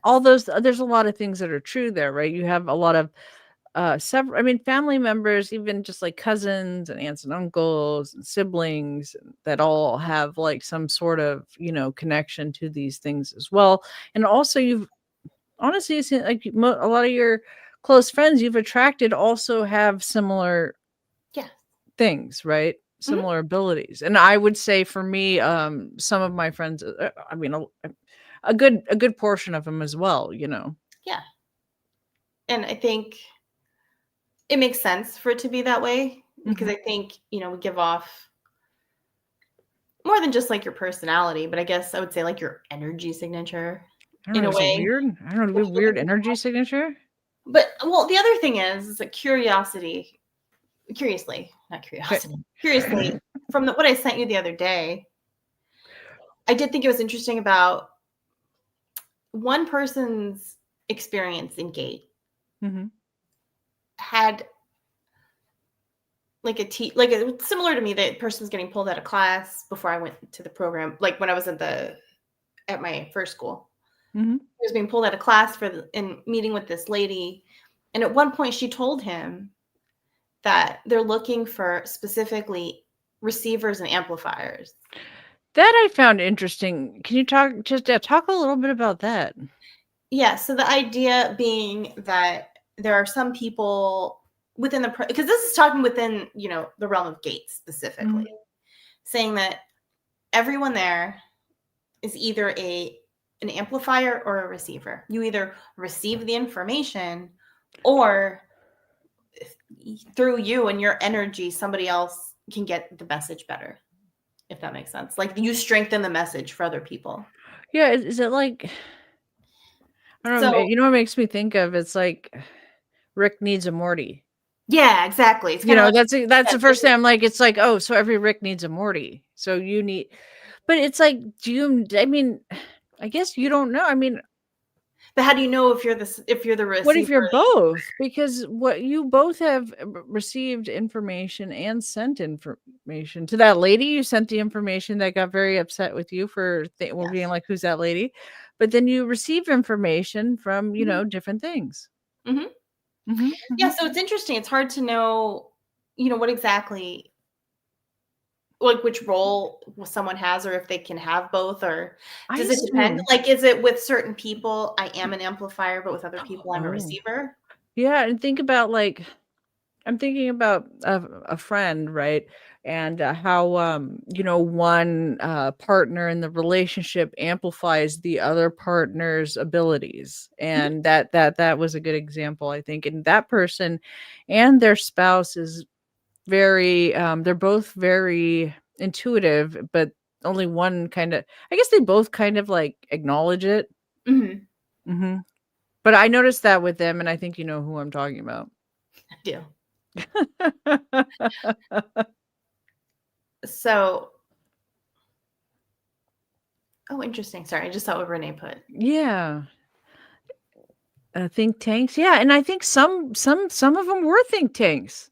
Mhm, I think so. I think they were interested to see what these children with these type that thought in this way and that had these abilities and what they thought about these different scenarios. And to me, right, and I put a couple people have echoed that in the chat is that they wondered, if that's why you guys were given these strange like scenarios, because maybe it was, parallel to some sort of real world scenario that had occurred, or they like just in so, like, theory, kind of right? like an Ender's Game scenario. Yeah, and they said that you guys, right? Didn't you guys, everybody, you guys read Ender's Game? Or was that out at the time? So we did not read Ender's Game. I will say, though, I read everything I read is very You're the different. give. Didn't you read The Giver or something? I did And read The Giver. I hmm read a but I basically, a lot of the things that I read are not typical, and I didn't read the normal books that other people read. Like, I yeah, didn't because when we talked about like, because I was just a normal kid, yeah, so I read the books that they'd have us read, but and then you'd be like, "Well, I didn't read that." yeah. Like, I didn't read Of Mice and Men. I didn't read Hmm. Great Expectations. Hmm. We were reading other books. We I were don't know what learning about absurdism and nihilism and existentialism, you guys are like 7. right? I'm, like, learning about all of these things. I'm not reading, what other people are reading. I'm not like, it was weird. Like, No, I'm it's learning about interesting. transcendental meditation in 4th grade. Yeah, you're like so funny. I don't remember learning about transcendental meditation in fourth It grade did it myself. it came up multiple times in my education that transcendental meditation came up. We learned it. We learned how to do it in 4th grade. I think it came up again in 6th grade and 8th grade, like every other year. Every other year you do it. Mhm. Um, and then I guess when you went into honors, is were a high percent. I guess this is kind of my last question, right? Um, was a high percentage of the kids in honors, were they also GATE students previously? So the answer is no. Interesting, because I always thought GATE was kind of equal to honors, like kind of a pre-honors. It's not. Curiously, right? Interesting. So we're talking about, I was in GATE with 30 other kids the same age as me. Hmm. So once you get to middle school, while a lot of kids went to, my middle school, some people like dropped off. Hmm. And like people started kind of like trickling away. Like they opened the performing arts high school. A lot of people, like a lot of the GATE kids left at that point. So what's sorry, I saw what Renee said in that I know, comment. I know. It's Uh, happened to you. You've been going through the exact same thing, right? what was I saying? I You were swear. saying that the percentage of children, right, that had come from the GATE into Oh, going into yes, honors. the honors. So we're talking about 30 kids. Yeah. When we get to high school, and remember, there's only 2 schools that feed Gate. So you're telling, but so there's You're maybe talking about 60 kids in the whole 60 district? kids in the whole district, my age, across the And whole there's like, but in like in the honors, like every single school has their honors every program. single school has an honors program. Every single school has multiple honors courses. So it's not, yeah. Yeah, so it's going from like a really small amount of people. All of a sudden, you're in classes with like 60 or 70 different people, like not all at the same time, but you're But like like these people, rotating. like Yeah. you're rotating in with these people based on the schedules and all that. So no, and in fact, what I would say is that like the Gate stuff was really focused in elementary school, and I saw this experience actually kind of happen a lot with reading through other people's experiences. Middle school, you're kind of going through a transition where you're still kind of doing some of that stuff, but you're also learning about like how regular school works. They're like, we have to integrate all these weird children we made. By the time you get to high school, you're fully integrated in. You're in normal. I'm not normal, but quote unquote, Yeah, quote unquote. But in middle school, you're still in that mindset. A lot of the people are still around before you really like get fully integrated in high school. So really by that point, it's all kind of died down a lot. There's obviously still tracking you. They won't let me leave the program, right? That was the thing. I think we have to kind of go back to that because you at one point you're like, and you're in high school. So you want out of the program. Yes. And you ask whoever the heck you ask, your counselor. So specifically what happened, yeah, it was my counselor. So what happened was they go through elementary school, go through Gate. It's fine. Like I said, middle school, the transition was hard because one, people made other friends. I made new friends, met people from out of state, all that stuff, made friends with people. Had other friends come back that I had known before that had left the Gate program and then came to my middle school. So it was things like that. So I started making new friends, obviously. But at that point, though, I was just really unhappy in the honors program. The teachers at this point were like, I was doing well. I was getting good grades. Yeah. But again, I was still struggling with teachers for a lot of it because they don't like my approach, because I don't put enough effort in for them. Yeah. They don't like that. They don't like that I'm fine with just getting by because I was lazy. God. I can be intelligent and lazy. Like I'm fully with that. I would think I think that's common. I want to say that might be more common than intelligence and laziness, right? So it was hard, and I was very depressed in middle school. So when I got to high school, I specifically went to the counselor and I said, I have been in Gate and I've been in honors. And I want to be normal. I want to be normal. I want to have normal friends. Because actually, at this point, most of my friends in middle school and high school were normal kids. They were not in honors. Like I had honors friends, but actually, it was easier for me to make friends with people that were just in regular classes in my electives. Yeah. So I specifically told my counselor, I said, I'm not happy. I don't think I'm getting. I want to go to regular classes. Yeah, you're like, hey, let me out. I said, let me out. And her response was, you cannot leave the program. Once you've been Gate identified, you cannot back out of honors or anything. You're stuck. And you were, and I can verify that you were stuck. You really wanted out, and they weren't going to let you out. And so you stayed in honors, and until you finished high school. And it's just weird they wouldn't allow you out of honors. I think that's weird, and I don't remember if mom and dad tried to fight for it at all, or if they were just like, "Well, guess they said you couldn't leave." I'm not sure. That part I'm not sure. I can't remember.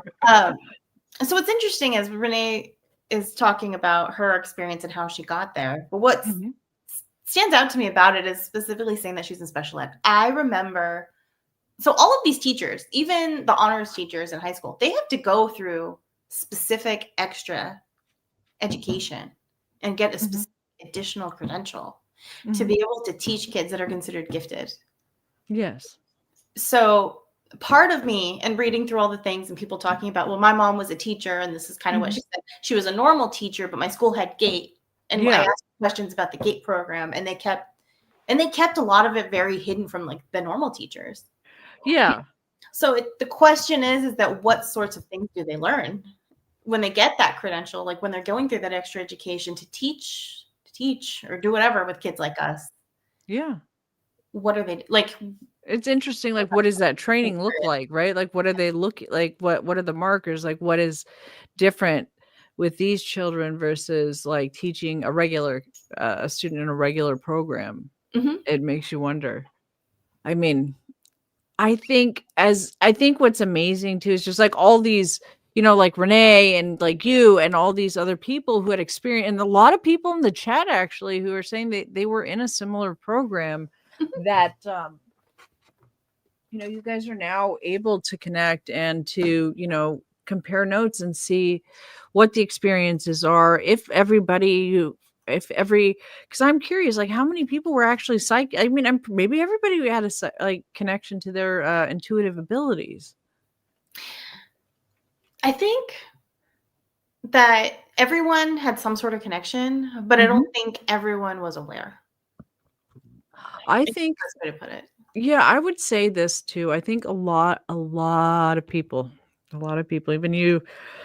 even the normal folks, right? They have it and they don't know, right? They don't know that that's what they're doing, right? It's the people that sat there and go like, what the hell is this shit? And then they like try to figure it out, right? But a lot of people, like, I don't know, like say someone is like, I don't have any psychic abilities, but is really good at something like, I don't know, playing poker or Yeah. playing the stock market. You know Mhm. what I mean? These patterns are using their intuitiveness to be able to I just thought of all this right now. Their intuitiveness to be able to do those things when you know what I mean? So they use it in different ways, maybe at work, right? Maybe knowing which people or with sales, right? I'm sure people who have are good with telepathy are also good at sales, Mhm.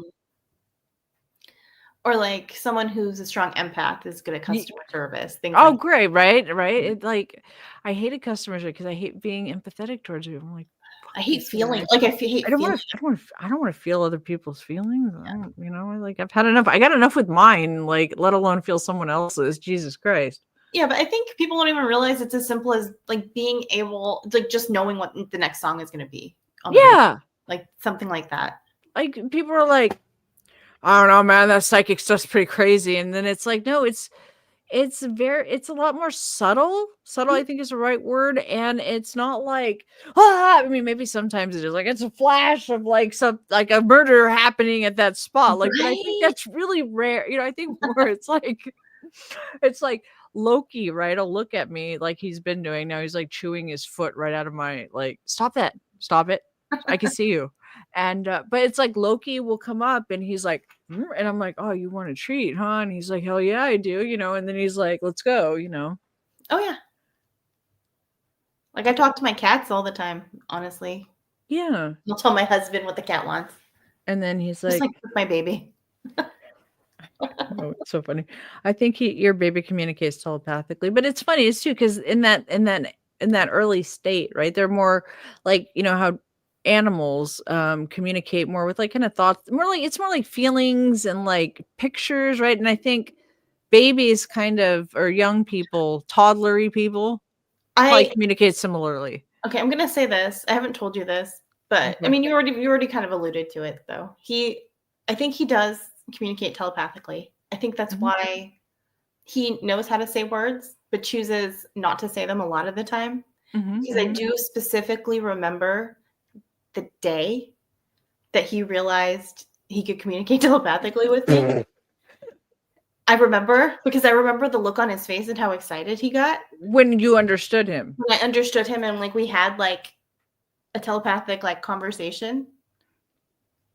Aw. And so since then, even though he can talk and like will say words, Oh, you're so man, this is but why he's not I talking. think This the is reason why that he's like like Mimo, like Melmo. why he's very minimally talking, even though he can't talk. Like he talks. He talks to me and he talks to my husband, obviously. I mean, he says words. He's He like, says "Ack," words, like he says words and he'll put words together. But I think he also is choosing not to sometimes because he knows he can communicate telepathically with me. Damn it. Don't. I know. I'm gonna. I mean, it makes sense though. It makes sense to why he's not talking. Then now I know. Now I know. Mm-hmm. Damn it, little guy. But yeah, no, I don't know. Do you have any closing thoughts? We went like almost 45 minutes over what I had planned for us tonight. Oh, I'm sorry. Yeah, no, I don't want to keep you late. I know you got to work early in the morning, and Thank you. I appreciate that. and you want to rest. I'm sure you want to Yes. rest since Yeah. No.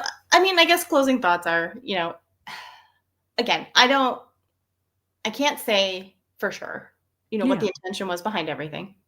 I can say a lot of weird things happened. I can say I've had a lot of weird experiences since. I had weird experiences before and since, I guess, is a better way to put it.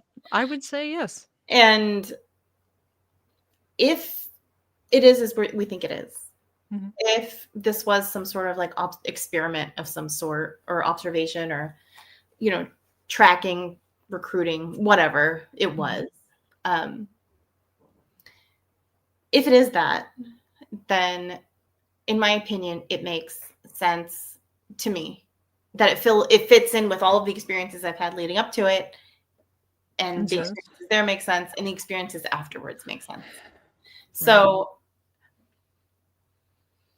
I guess, yeah, I mean, maybe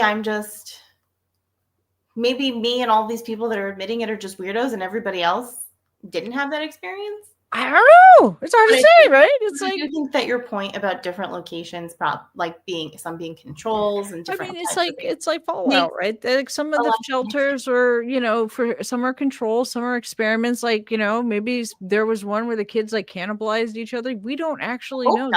There's no answers, right? There's no true answers to it. But you know what I mean? Like, there's probably like a more utopian kind of one. You went to clearly one that was a little more like out of body. We focused more on like out of body and like what projection or projection kind of like type things, projecting your consciousness and like I guess more telepathy types of things. Telekinesis is one thing that I did not have. I don't know. Are you sure? As far as I know, it might be. I think you need to go back and just think, because like I think maybe because here's the thing, if it occurred, it was something that you didn't really didn't recognize as telekinesis or something that you had put any effort into. All right, so let me specify then. I have never lifted something with my mind. I've never bent a spoon. However, that isn't to say that that I haven't. I mean, so did you go like this? Are you doing it now? I'm not doing it. Okay. But Renee said she could do it until she was 8, which is very impressive. That's very impressive, because I would think like maybe when you're little, you can do that a little bit more, right? And as you get older, that kind of shuts off. Because I find too, I guess, as we finish this up, because I keep having thoughts, they keep coming up, is that it changes, I think, as you get older too. I think when I was younger, right? When I was younger, I feel like there was a lot more mediumship, a lot more channeling and messages coming through, like a lot more dead people. You know what I mean? Like than what I experience now. I would say so, because like for me too, because I think at that young age, I was seeing a lot of things that scared me. Yeah. And because it was around that time, around like 6, 7, that I was literally every night before going to bed, like wishing, I don't want to see any ghosts. I don't want to see it, like any, like listing things. I don't want any of these. I want to be able to sleep. And I would do that every night, like without fail, from the time I was 6 until the time I was like 16. Yeah. It's like setting that intention before you go to bed, because you don't want to experience it. But it's like I used to have it a lot. I'd be like going somewhere, I'm like, oh shit, I think there's a freaking ghost trying to talk to me.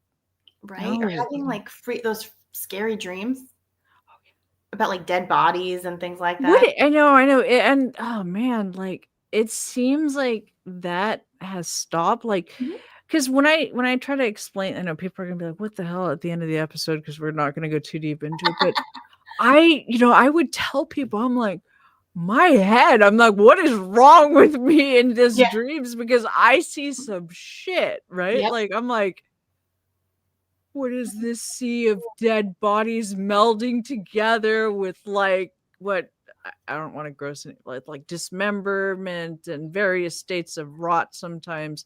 Oh You're no, like, like what's wrong? And like on heads on and like bodies like face down in like a lake, like with the and you're like, well, what is this, right? Why is that head on like I mean, never mind. But anyways, no, but that really dark kind of dream stuff is stopped. I yes, haven't had anything like that in a long time. me as well. But there was But a I don't know time. what that's about. If you've had an experience But like here's that, the thing: they said that people like the gate thing. They specifically call that out too. the dreams? The dreams. Oh, I read through. I don't know if you know, but I went through like a lot of different people's experiences. Interesting. People I call do. out specifically like those dreams, and also losing time a lot. But Oh, wait, one more. Hold on, one more. Renee says, Kelly, did you have any memories or dreams about a redhead in black with two men? so I have had dreams about that. Here's What? the other What is thing, it? Renee. What's getting me is that art. Remember that post I sent you about that guy who was talking about the receivers and the amplifiers? Specifically talks about the redheaded lady. Who is a redheaded lady? We don't know. Oh my gosh. She was involved, very heavily involved in all of it, apparently. God. The There's no thing need is, to apologize. maybe, no, don't apologize. The thing is, like, what's very interesting to me, and the reason I did want, and I want to do the shows because I know people like Renee have had similar experiences, and this allows everybody can kind of to connect and kind of talk about it, right? Because this is the time, right? This is the time to do it. So, I mean, that was important to also explain to people like psychic ability isn't like I'm sitting there always like it's a lot of things you do naturally, right? And it's very very normal, and it's not all like woo archangel this or that, it's and I know a lot of people, even people in this audience, that use their intuition to pick things like crystals and then send them to people that they feel it's right. You know what I mean? Some people, some people are readers. Not everybody's a reader. Some people are really good at reading. We got some good readers, and you know what I mean? Like these abilities are, it's a wide range of abilities. It's part of the, I guess here's my monologue at the end, right? It's part of the human experience, guys. It's normal. It's not weird. It is really not freaking weird. Kelly, can you back me up on that or something? Is it not weird? It's not as weird. It's not weird. No, I was letting you monologue, man. Oh yeah, no, no, So, yeah, but but it's not weird. It's actually it's not. The truth is that psychic abilities, psionics, whatever you want to call it, is something that everyone has and has access to. Yes. It's really the difference is some people are more open to it, some people are more able to recognize it, and some people decide to kind of pursue using them. Yeah. And it's that combination of things that gets you to the point where you're someone who's like a regular practitioner of those skills, but someone who in their day-to-day anybody has access to it, but they just may not think about it, maybe too busy to even notice like those things happening. Yeah, it's just I mean, I guess like I always said, for us it was just normal. It was never anything we had to think about, accept, or do, it was just normal. Yes. And I think that we were very lucky, I guess, in that sense, is that we kind of knew. Like Sylvain says, it's natural. He just had to accept that is the key. Yeah, and I mean, and also I do want to bring up again, like being raised more Eastern versus raised more Western. I think that that ideology is, and yeah, and what Pat's saying, it's part of being human. And I think maybe part of the gate thing, part of the telepathy thing really coming out, part of, even regardless of what people might think of Ross Colhart or the Jake Barber interview, that there were some nuggets of very interesting things in there, right? I think that Or yeah, well, let me close this monologue. I think I got it. I think that it is becoming, it's not here's the thing, guys. The disclosure, it's not really about a UFO. It's not really about an alien. It's really about us reconnecting with something as human beings and just saying like, yo, that's normal. Like Pat says, it's part of being a human being, right? It is. And we don't fear technology because we made it. And we are made, we designed it, we work with it. There are, what do we call them? Technopaths is what we called them the other day. We all interact with technology on a daily basis, right? Our energy is with your computer, with my computer, with your phone, with my phone. Our energies have been imbued upon these objects, and it's not like an evil thing. It's also a part of us. It's an extension of our energy, just like the psychic abilities. Boom. Monologue. Thank you, Kelly. Well done. Well done. So if you have any comments, guys, you can drop them in the chat. I'll come. I mean, not in the chat, but in the comment section, I'll come back and check on that. Again, I'll be at Conscious Life Expo next weekend. Yay. So come out and see me, yay! And or not. No, I mean.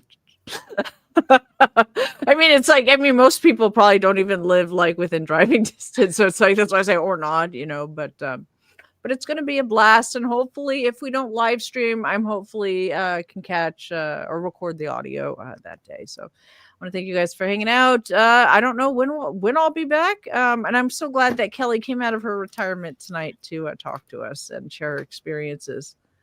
Thank you, Kelly. Glad I was able to contribute to the conversation. Thank you so much. And thank you everybody for joining us. Man, we actually went 2 hours. So I was not expecting that. So I'm gonna.